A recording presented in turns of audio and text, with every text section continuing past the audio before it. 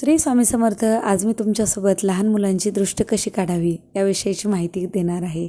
लहान मुलांना विशेषतः दृष्ट लागते, ती सुकून जातात, त्यांना काहीच सुचत नाही. अशा वेळी त्यांच्या आईने किंवा आजीने त्या लहान मुलांची दृष्ट काढावी. त्यायोगे ती मुले पुन्हा तरतरीत आणि प्रफुल्लित होऊन खेळायला लागतात. आजारी माणसांची दृष्ट काढतात बरं का. दृष्ट काढण्याचे अनेक प्रकार आहेत. फड्या जोड्याने, मीठ मिरच्यांनी, मोहऱ्यांनी, विभूती अंगाऱ्यांनी, मिरे, काळा दोऱ्यांनी अशा साहित्याने दृष्ट काढण्याची पद्धत आहे. जमेल तसं करावं. बाळाच्या आईने किंवा आजीने हातात रक्षा घेऊन स्वतः रामरक्षा म्हणावी आणि ती रक्षा बाळाच्या कपाळी, गळ्याला, छातीला, पाठीला, पोटाला लावावी. दृष्ट काढण्याचा हा सर्वात चांगला उपाय आहे. आजाऱ्याला सुद्धा हा रक्षेचा अंगारा लावा. देवाचा अंगारा, उदी, भस्म यामुळे सुद्धा लागलेली दृष्ट उतरते. आता दृष्ट कशी काढायची बरं?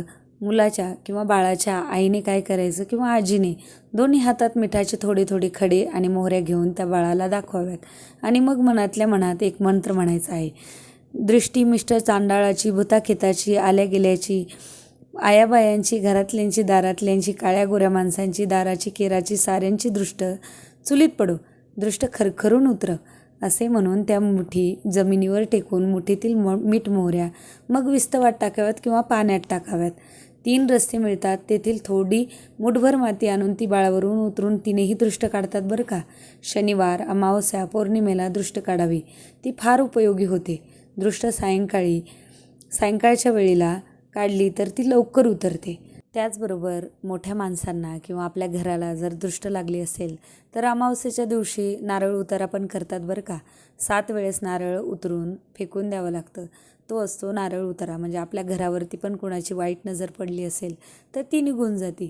त्याचबरोबर दुसरी गोष्ट, आपल्या माणसांवरती पण नारळ उतारा केला जातो. नारळाबरोबरच मोरपिसाऱ्यांनी पण दृष्ट उतरवली जाते बरं का.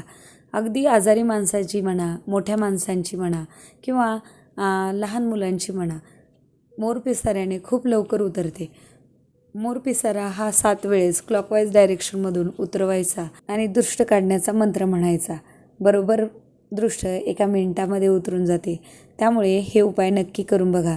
दिलेली माहिती थोडी जरी आवडली असेल, उपयोगाची वाटली असेल तर व्हिडिओच्या खाली लाईकचं बटन प्रेस करायला अजिबात विसरू नका. चॅनलवरती जर नवीन असाल, चॅनलला अजून सबस्क्राईब केलं नसेल तर नक्की करा. आणि हो, जाता जाता एक सांगेल की तुम्हाला जर हे व्हिडिओ आवडत असतील तर नक्की कमेंट बॉक्समध्ये तुम्हाला कोणते व्हिडिओ बघायला आवडतील हे पण मला कमेंट बॉक्समध्ये कळवायला विसरू नका.